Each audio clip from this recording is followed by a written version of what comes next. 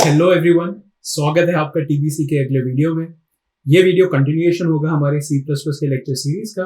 और इस वीडियो में स्पेसिफिकली हम बात करेंगे डेटा टाइप्स और वेरिएबल्स के बारे में कि सी प्लस प्लस लैंग्वेज में क्या अलग अलग टाइप के डेटा टाइप्स होते हैं, उनको हम कैसे अपने प्रोग्राम में इस्तेमाल कर सकते हैं, कैसे अपने प्रोग्राम में डिफाइन कर सकते हैं। राइट, तो शुरू करने के लिए इसको हम पहले एक अपना बेसिक प्रोग्राम लेआउट तैयार करेंगे। प्रोग्राम लेआउट वही रहेगा जो इससे पहले हमने बाकी प्रोग्राम्स में यूज किया है। पहला स्टेप हमारा रहेगा कि हम अपनी लाइब्रेरी इंक्लूड करेंगे।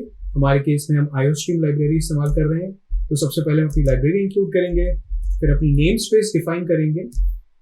राइट, नेम स्पेस डिफाइन करने के बाद स्टैंडर्ड हमारा इंट मेन फंक्शन वो होता है जैसे जब हम इस प्रोग्राम को रन करते हैं, ये फंक्शन होता है जो कॉल किया जाता है, यानी कि जो भी इसके अंदर डिफाइंड होता है प्रोग्राम, वो प्रोग्राम रन किया जाता है। तो मेन फंक्शन, आइए पहले टेस्ट कर लेते हैं हम कोड को कि हमारा कोड जो हमने लेआउट बनाया वो सही चल रहा है कि नहीं, उसमें सारे पार्ट्स जो प्रोग्राम में होने चाहिए वो है कि नहीं। तो सबसे पहले हम एक सिंपल हेलो वर्ल्ड का प्रोग्राम लिखेंगे, हेलो वर्ल्ड प्रिंट करेंगे। सो हेलो वर्ल्ड, ये हमने प्रिंट कर दिया और उसके बाद रिटर्न 0। प्रोग्राम को सेव करेंगे और इसके बाद इसे रन करेंगे। अब रन करने पे आप देखेंगे प्रोग्राम पहले कंपाइल हुआ, कंपाइल होने के बाद एग्जीक्यूशन में हमें यहाँ पर अपना प्रिंट मिल गया हेलो वर्ल्ड। इसका मतलब हमारा प्रोग्राम में जितने भी हमें स्ट्रक्चर्स चाहिए होते हैं बेसिक, जो एक स्केलेटन बनाते हैं प्रोग्राम का, वो अवेलेबल है। राइट, इसके बाद हम कंटिन्यू करेंगे अपने डिफरेंट डेटा टाइप्स की तरफ, डिफरेंट वेरिएबल्स की तरफ। राइट, तो डेटा टाइप्स क्या होते हैं? सो डेटा टाइप्स का बेसिक फंडा क्या है कि आपकी अलग अलग तरह की इंफॉर्मेशन होती है जो आप प्रोग्राम में सेव करना चाहते हैं। राइट, तो ये इंफॉर्मेशन हो सकता है नंबर के फॉर्म में हो, राइट, और नंबर में भी ये हो सकता है कि वो 1 2 3 यानी कि ये इंटीजर्स की फॉर्म में हो, या फिर 1.5 1.3 करके ये जो डेसिमल नंबर्स होते हैं इनके फॉर्म में हो। कैरेक्टर्स हो सकते हैं जैसे ABC, या फिर पूरा एक सेंटेंस या वर्ड हो सकता है जो आप अपने प्रोग्राम में सेव करना चाह रहे हैं।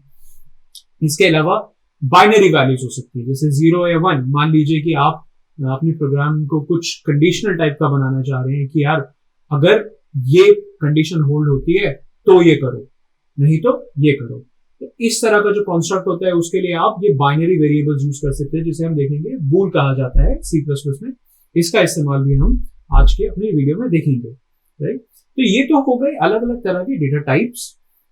राइट, अब वेरिएबल्स का क्या फंडा होता है? वेरिएबल्स बहुत सिंपल है कि आप जब भी एक डेटा टाइप इस्तेमाल करना चाहते हैं, उसको इस्तेमाल करने के लिए आपको एक वेरिएबल डिफाइन करना पड़ता है उस डेटा टाइप का। राइट, तो एक्चुअली बिहाइंड द सीन्स यहाँ पर हो ये रहा है कि जैसे ही आप एक वेरिएबल डिफाइन करते हैं, लेट्स से इंटीजर टाइप का, तो वो कंप्यूटर को बता देता है, कंपाइलर को बता देता है कि देखो इंटीजर टाइप की ना एक मेमोरी बफर स्टोर कर लो इस टैग के साथ, यानी कि जो भी आपका वेरिएबल नाम है उस टैग के साथ। अब उस वेरिएबल को जब भी आप एक्सेस करोगे, वो उस मेमोरी में इंटीजर टाइप का डेटा जो भी स्टोर होगा उसको आपको एक्सेस दे देगा, या फिर आप उस मेमोरी में राइट कर सकते हो। तो ये होता है वेरिएबल का फंडा कि आप किसी भी टाइप का, किसी भी डेटा टाइप का एक वेरिएबल डिफाइन कर दो और फिर आप उसको अपने पूरे प्रोग्राम में फर्दर यूज कर सकते हो उस टाइप की डेटा इंफॉर्मेशन स्टोर करने के लिए या रीड करने के लिए। तो ये तो हो गए हमारे वेरिएबल्स। तो आइए एक बहुत सिंपल से एग्जांपल देखते हैं। ये हमने पहले भी देखा है, पिछले अपने लेक्चर्स में भी देखा है कि अगर हम इंट a करते हैं तो इसका मतलब a एक वेरिएबल है यहाँ पर जो हमने इंटीजर टाइप का डिफाइन किया है। राइट, तो अब a में हम वैल्यू स्टोर कर सकते हैं, लेट्स से 1। और अब अगर हम सी आउट करें, a की वैल्यू प्रिंट करें, इस प्रोग्राम को अब हमने सेव किया, उसके बाद अगर हम अब इसे रन करें तो हम देखेंगे कि हमें यहां मिलता है 1। राइट, तो जो वैल्यू 1 होती है वो हमें प्रिंट होके मिल जाती है। नहीं, बहुत बढ़िया। तो हमने देखा कि इंटीजर टाइप हमारा काम कर रहा है। राइट, अब इंटीजर एक ऐसा टाइप था जो हमने पिछले अपने वीडियोस में भी देखा था। इसके अलावा भी कई सारे टाइप्स होते हैं। राइट, तो इंटीजर के अलावा और क्या टाइप्स होते हैं? एक टाइप होता है हमारा फ्लोट। राइट, अब फ्लोट का क्या फंडा है? फ्लोट का ये फंडा है कि फ्लोट में आप डेसिमल वैल्यू सेव कर सकते हैं। राइट, तो फ्लोट जब आप डिफाइन करते हैं, इसमें आप 1.5 जैसी वैल्यूज स्टोर कर सकते हैं। राइट, अगर अब हम इसको यहां पर प्रिंट करने की कोशिश करें अब हम इसको अगर रन करेंगे, सेव करके अपने प्रोग्राम को वापस से रन करेंगे, तो हम देखेंगे हमें प्रिंट मिलता है 1.5। सिमिलरली और भी कोई वैल्यू हो सकती है, इनफैक्ट 1 से छोटी वैल्यू भी हो सकती है, जैसे 0.00 लेट्स से 5। तो वापस प्रोग्राम सेव किया, रन किया, अब यहाँ देखेंगे हमें वैल्यू मिल गई 0.005, राइट। तो ये तो हो गया फ्लोटिंग टाइप्स। अब एक और टाइप होता है जिसमें आप वापस से डेसिमल प्लेसेस ही सेव कर सकते हो, जिसे हम डबल कहते हैं, राइट। अब डबल की क्या खासियत है, या फिर एक्स्ट्रा ऐसा क्या है जो फ्लोट नहीं कर सकता लेकिन डबल कर सकता है? डबल में ये होता है कि इसका प्रिसीजन ज्यादा होता है। प्रिसीजन ज्यादा होने का मतलब कि अब जो ये फ्लोट टाइप के वेरिएबल हैं या डबल टाइप के वेरिएबल हैं, ये limited amount of memory consume करते हैं आपके सिस्टम में, इन वेरिएबल्स को, इन वैल्यूज को स्टोर करने के लिए, राइट। अब फ्लोट की एक लिमिटेशन होती है वैल्यूज को स्टोर करने की। डबल क्या करता है, उस लिमिटेशन को बढ़ा देता है। तो डबल के कंपैरिजन में फ्लोट में हम बहुत limited values, decimal values store कर सकते हैं, डबल में हम ज्यादा स्टोर कर सकते हैं। तो जनरली कभी अगर आप साइंटिफिक एप्लीकेशंस में काम कर रहे हो जहां पर आपको ज्यादा ये प्रिसीजन चाहिए होता है डेसिमल वैल्यूज का, तो वहां हम डबल यूज करते हैं। तो ये फर्क है इन दोनों का, और एडवांटेज क्या होता है डबल का। अब ऐसा भी हो सकता है कि आप ऐसी सिचुएशन में हैं जहां पर आपके पास मेमोरी नहीं है डबल के लिए, राइट। इतना आप एक सिस्टम, कंस्ट्रेंट सिस्टम में काम कर रहे हैं जहां पर आपके पास इतना बैंडविड्थ नहीं है, इतनी मेमोरी नहीं है कि आप एक डबल टाइप यूज कर सके, तो वहां पर डेसिमल वैल्यूज के लिए आप फ्लोट यूज कर सकते हैं, राइट। फंडा यहां पर भी वही है, उसी तरीके से आप डेसिमल वैल्यू स्टोर कर सकते हैं। तो अब अगर मैं सी को प्रिंट करूं तो मुझे मिल जाएगा 9.5546। अब यहां पे इंटरेस्टिंग पार्ट ये है कि मान लीजिए आप ए में एक फ्लोटिंग वैल्यू स्टोर करने की कोशिश करें, राइट। मान लीजिए मैंने ए को में 1.5 राइट कर दिया, तो ए में जैसे ही आप 1.5 राइट करेंगे, आप अगर इसे कंपाइल करेंगे आपको कोई एरर नहीं मिलेगा, और ए की वैल्यू अगर आप प्रिंट करेंगे तो यहां पर आपको मिल जाएगा 1। ऑल्दो आपने ए में 1.5 लिखा है, आपको मिल गया 1। अब आइडिया क्या होता है इसके पीछे कि C++ का कंपाइलर जो होता है वो internally, behind the scenes internally ये काम करता है कि अगर आपने एक फ्लोटिंग वैल्यू इंट में स्टोर करने की कोशिश की तो वो सिर्फ उसका इंटीजर पार्ट ले लेगा, डेसिमल पार्ट छोड़ देगा। कहने का मतलब यहाँ पर जो इंटीजर पार्ट है 1 वो रख लिया जाएगा, और जो डेसिमल पार्ट है 0.5 वो छोड़ दिया जाएगा। मान लीजिए कि यहां पर अगर मैं वैल्यू डाल दूं 5.2, अब इसे रन करूं तो यहां पर मुझे जो प्रिंट मिलेगा वो मिलेगा 5, राइट। सिमिलरली मान लीजिए कि ये अगर 0.2 होता तो मुझे मिलता 0। आप देख सकते हैं यहां पे वैल्यू आपको मिली 0, राइट। तो ये होता है अगर आप इंटीजर टाइप में फ्लोट स्टोर करने की कोशिश करें। लेट्स से अगर आप उल्टा कर रहे हैं, अगर आप एक फ्लोट में इंटीजर स्टोर करने की कोशिश कर रहे हैं, राइट, तो यहां पर क्या होगा, लेट्स प्रिंट इट आउट। आप देखेंगे 1 का आपको 1 ही मिल रहा है। अब यहां पर क्या हो रहा है कि ऑल्दो आपने एक फ्लोट में इंटीजर स्टोर करने की कोशिश की, कंपाइलर उसे बिहाइंड द सीन अपने आप एक फ्लोट में कन्वर्ट कर दिया, क्योंकि 1 को आप 1.0 की तरह लिखकर फ्लोट में भी सेव कर सकते हो इस तरीके से, राइट। तो ये जो कन्वर्जन होता है ये कंपाइलर बिहाइंड द सीन अपने आप कर देता है। इस वजह से अगर आप किसी फ्लोट पे इंटीजर वैल्यू सेव करने की कोशिश कर रहे हो तो वहां पर आपका इंफॉर्मेशन लॉस नहीं होता, लेकिन अगर आप एक इंटीजर में फ्लोटिंग वैल्यू सेव करने की कोशिश कर रहे हो तो वहां पर आपका इंफॉर्मेशन लॉस होगा। इसलिए जब भी आप अपने प्रोग्राम में वेरिएबल्स बनाएं, आप ध्यान रखें कि इस वेरिएबल की क्या वैल्यूज हो सकती हैं फ्यूचर में, और उसके हिसाब से उसका टाइप डिफाइन करें। अब आप कहेंगे कि अरे अगर हम पूरे टाइम फ्लोटिंग वैल्यूज ही बनाकर रखें, हम इंटीजर इस्तेमाल ही ना करें तो क्या परेशानी है? परेशानी है कि फ्लोटिंग पॉइंट वेरिएबल्स जो होते हैं, क्योंकि उनको वो डेसिमल वैल्यूज की सेव करके रखनी होती है, वो ज्यादा मेमोरी कंज्यूम करते हैं इंटीजर के मुकाबले में।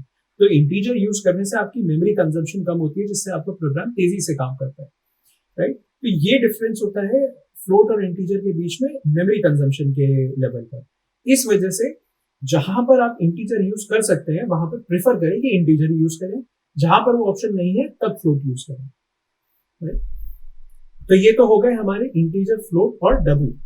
अब आप देखेंगे कि ये जो तीनों वेरिएबल्स हैं ये नंबर्स ही स्टोर करते हैं, राइट। इंटीजर नंबर स्टोर करते हैं, डेसिमल नंबर स्टोर करते हैं। इसके अलावा हमारे पास और क्या डेटा हो सकता है? इसके अलावा हमारे पास डेटा हो सकता है कैरेक्टर्स के फॉर्म में, कैरेक्टर्स यानी ABCD इसके फॉर्म में। तो उसको स्टोर करने के लिए हमारे पास कैर टाइप के वेरिएबल्स होते हैं। अब कैर टाइप का एक वेरिएबल मान लीजिए हम डिफाइन करते हैं, डी नाम दे देते हैं वेरिएबल का, और हम बोलते हैं कि इसकी वैल्यू, अब कैरेक्टर वेरिएबल्स को डिफाइन करने के लिए आपको हमेशा सिंगल इन्वर्टेड कॉमास में वो वैल्यू डालनी होती है। सिंगल इन्वर्टेड कॉमास का क्या फंडा होता है कि सी प्लस प्लस का कंपाइलर अपने आप जो भी कैरेक्टर आपका, अल्फाबेट आपका सिंगल इन्वर्टेड कॉमास में है, उसको कन्वर्ट कर देता है एक कोड के फॉर्म में, एक रेफरेंस कोड के फॉर्म में, जो सी प्लस प्लस का कंपाइलर समझता है, राइट। तो मान लीजिए कि अगर मैंने यहां पर सेव किया जी, राइट, तो जो ये वेरिएबल डी है हमारा, इसमें एक्चुअली जी का जो कंपाइलर कोड है वो सेव हो जाएगा। और वो कैसे पता चलता है कंपाइलर को कि यहाँ पर कंपाइलर कोड सेव करना है? ये सिंगल इन्वर्टेड कॉमा से, राइट। तो अगर मैं अब इसको प्रिंट करने की कोशिश करूं, मान लीजिए कि मैं डी को प्रिंट करने की कोशिश करता हूं, तो मुझे क्या मिलेगा? यहाँ पे आप देखेंगे यहाँ पर प्रिंट हो गया जी, राइट। तो ये तो हो गए हमारे चार जो बेसिक वेरिएबल टाइप्स होते हैं, इंटीजर, फ्लोट, डबल और कैरेक्टर। अब एक और स्पेसिफिक वेरिएबल होता है जिसे हम कहते हैं बूल, राइट। बूल शॉर्ट फॉर्म है यहाँ पर बूलियन के लिए। अब बूलियन अगर आपको पता है तो ये एक तरीके का बाइनरी फॉर्मेट होता है कि बूलियन की वैल्यू या तो 0 हो सकती है या 1 हो सकती है, राइट। तो मान लीजिए हम एक बूलियन वेरिएबल बनाते हैं फ्लैग नाम से, और इसको जो वैल्यू होती है वो बहुत स्पेसिफिक होती है कि ये ट्रू टाइप का एक कीवर्ड होता है जो सी प्लस प्लस के अंदर ऑलरेडी डिफाइन है। आप बूलियन वेरिएबल्स को ट्रू और फॉल्स में से कोई वैल्यू भी असाइन कर सकते हैं, राइट। तो अगर आप देखेंगे एक और वेरिएबल है फॉल्स नाम से, राइट। तो आप इन दोनों में से कोई भी वैल्यू एक बूलियन टाइप को असाइन कर सकते हैं, राइट। अब मान लीजिए कि हम इसे वैल्यू असाइन करते हैं फॉल्स, और अब अगर हम अपने इस वेरिएबल को प्रिंट करने की कोशिश करेंगे, जैसे हम फ्लैग को प्रिंट करते हैं, सेव करेंगे, रन करेंगे, तो अब देखेंगे यहाँ पर हमें वैल्यू मिली 0, राइट। तो जो इंटरनली क्या होता है कि एक जो बूलियन होता है उसकी वैल्यू 0 और 1 करके डिफाइन होती है, क्योंकि बाइनरी वेरिएबल है, राइट। तो इसे अगर आप प्रिंट करने की कोशिश करेंगे तो आपको वैल्यू 0 और 1 मिलेगी, राइट। आगे चल के हम देखेंगे कि कंडीशनल स्टेटमेंट्स करके एक चीज होती है जिसे हम सी प्लस प्लस में यूज करते हैं। अब इन कंडीशनल स्टेटमेंट्स को आप बूलियन वेरिएबल से बहुत अच्छे से डिफाइन कर सकते हैं, राइट। कि आप चेक कर सकते हैं कि सर्टेन कंडीशन आपकी होल्ड हो रही है नहीं हो रही है प्रोग्राम के अंदर। अगर हो रही है तो प्रोग्राम को हम ये करेंगे, अगर नहीं हो रही है तो प्रोग्राम में हम ये करेंगे। इस तरह के कंडीशन बनाने के लिए आप बूलियंस यूज कर सकते हैं, बूल टाइप के वेरिएबल यूज कर सकते हैं। अब लेट्स से फॉल्स की जगह अगर मान लीजिए हमने इसकी वैल्यू ट्रू रखी होती, सेव करेंगे प्रोग्राम को, वापस से रन करेंगे, तो हम देखेंगे कि हमें वैल्यू मिलती है 1, राइट। तो ट्रू के करस्पॉन्डिंग जो वैल्यू है वो है 1। तो आज की वीडियो में हम इतना ही डिस्कस करेंगे। अगले वीडियो में हम बात करेंगे कि कैसे हम अलग अलग लाइब्रेरीज जो हमारे पास C++ में अवेलेबल है उसका इस्तेमाल कर सकते हैं, और उन लाइब्रेरीज के इस्तेमाल से प्लस जो हमने अब तक सीखा है विच इज डेटा टाइप्स हैं, हमारे वेरिएबल्स हैं, जो हमने डिफरेंट सी इन, सी आउट और बेसिक C++ का प्रोग्राम देखा है, उससे हम कैसे बहुत ही सिंपल सा प्रोग्राम, सिंपल टास्क करने के लिए हम कैसे बना सकते हैं, राइट। आज की वीडियो के लिए इतना ही। मुझे उम्मीद है कि आपने आज की वीडियो से कुछ नया सीखा। कमेंट्स में हमें जरूर बताएं अगर आपको इसमें कुछ और ऐड करना है, कोई सजेशन है आपका, किसे हम इसे इंप्रूव कर सकते हैं, कोई आपका स्पेसिफिक डाउट है जिसके बारे में आप पूछना चाह रहे हैं, कमेंट सेक्शन में हमें लिखें, हम वहां आपको जवाब देंगे। इसके साथ आज का वीडियो एंड करते हैं, मिलते हैं अगले वीडियो में।